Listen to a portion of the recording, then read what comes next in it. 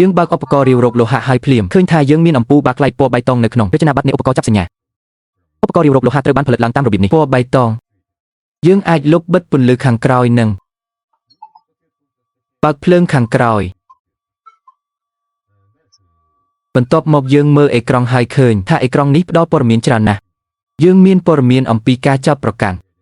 ថ្មព័ត៌មានអំពីជម្រៅនៃការសាកដល់គោលដៅកម្មវិធីពោលគឺម្ដងទៀតការជ្រើសរើសកម្មវិធីដែលបានដំឡើងជាមុនកាក់មួយបង្ហាញពីថាឥឡូវនេះយើងកំពុងស្ថិតនៅក្នុងការស្វែងរកកាក់របៀបនិងលេខវិដេនៅចំកណ្ដាលដូចគ្នានេះដែរមាត្រដ្ឋាននៃការរើសអើងមានទីតាំងនៅរង្វង់ពាក់កណ្ដាលនៅចំកណ្ដាលយើងនឹងឃើញលេខវិដេពោគឺសូចនាកគោលដៅលោហៈ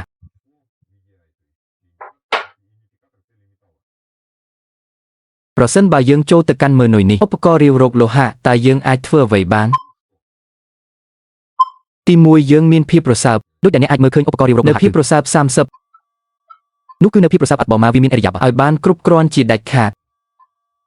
បន្ទាប់មកយើងមានប្រឡាយមួយពីការសាងសង់ទីតាំងពីការដាច់ចរន្តអគ្គិសនីហើយនៅទីនេះអ្នកត្រូវប្រុងប្រយ័ត្នហើយនៅទីនេះមានឃ្លាថាឧបករណ៍ចាប់សញ្ញាអ្នកដឹងហើយថាល្អពីព្រោះនៅទីនេះអាស្រ័យលើ channel ណាដែលឧបករណ៍ជ្រើសរើសនៅពេលនៃការកសាងឡើងវិញដោយស្វ័យប្រវត្តិវានិងអាស្រ័យលើរបៀបដែលគោលដៅរបស់អ្នកនឹងទៅជាបានឥឡូវនេះខ្ញុំនឹងបង្ហាញអ្នកពីរឿងនេះលើកមុនខ្ញុំភ្លេចនិយាយរឿងនេះយើងអាចអនុវត្តការជ្រើសរើស channel ដោយដៃរៀងគ្នា12.101និង2ចូលយើងដាក់0ហើយធ្វើការកសាងឡើងវិញដោយស្វ័យប្រវត្តិការកសាងឡើងវិញដោយស្វ័យប្រវត្តិត្រូវបានធ្វើឡើងដោយចុចប៊ូតុងដើម្បីជ្រើសរើសរបៀបរបស់វានិងស្វែងរកកាក់នោះគឺប៊ូតុងនេះត្រូវបានប្រើជាចម្បងសម្រាប់របៀបស្វ័យប្រវត្តិទាំងអស់នៅទីនេះឧបមាថាយើងចុចវាហើយឧបករណ៍ចាប់ផ្ដើមមកសាងឡើងវិញដោយស្វ័យប្រវត្តិពីការដាច់ចរន្តអគ្គិសនីយើងកំពុងរងចាំ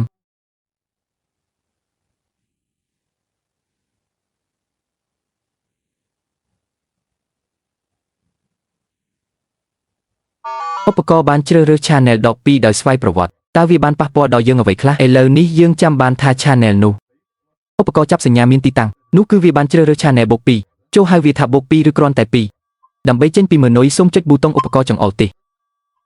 ហើយឥឡូវនេះយើងយកចិត្តទុកដាក់ចំពោះកន្លែងដែលយើងទទួលបានកាក់ធំមួយ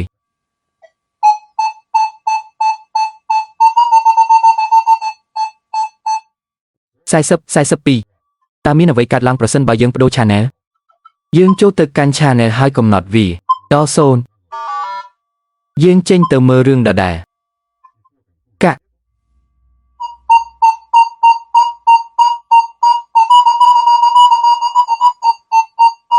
44 46ដូចដែលអ្នកអាចមើលឃើញការអានរបស់យើងបានផ្លាស់ប្ដូរនេះគួរតែត្រូវបានយកមកពិចារណានៅពេលដែលឧបករណ៍ជ្រើសរើស channel ដោយស្វ័យប្រវត្តិឥឡូវនេះយើងចេញទៅម្ដងទៀតកំណត់12ហើយពិនិត្យជាមួយកាក់ដូចគ្នា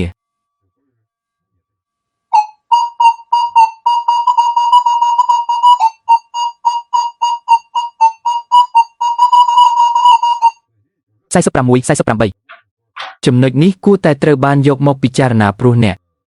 នឹងគោលដៅត្រូវបានផ្លាស់ប្ដូរនោះគឺថាមានការផ្លាស់ប្ដូរនៅក្នុងប្រេកង់សម្រាប់ការសាងសង់ពីការដាច់ចរន្តអគ្គិសនីដូច្នេះដំណាក់កាលក៏កំពុងធ្វើចលនាផងដែរនេះគួរតែត្រូវបានយកមកពិចារណា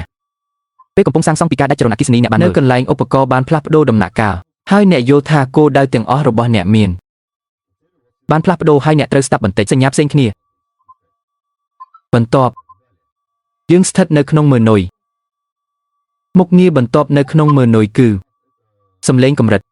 នៅទីនេះយើងបន្ថែមវាទៅក្នុងសំឡេងដែលអាចស្ដាប់បានដូច្នេះថាយើងយវា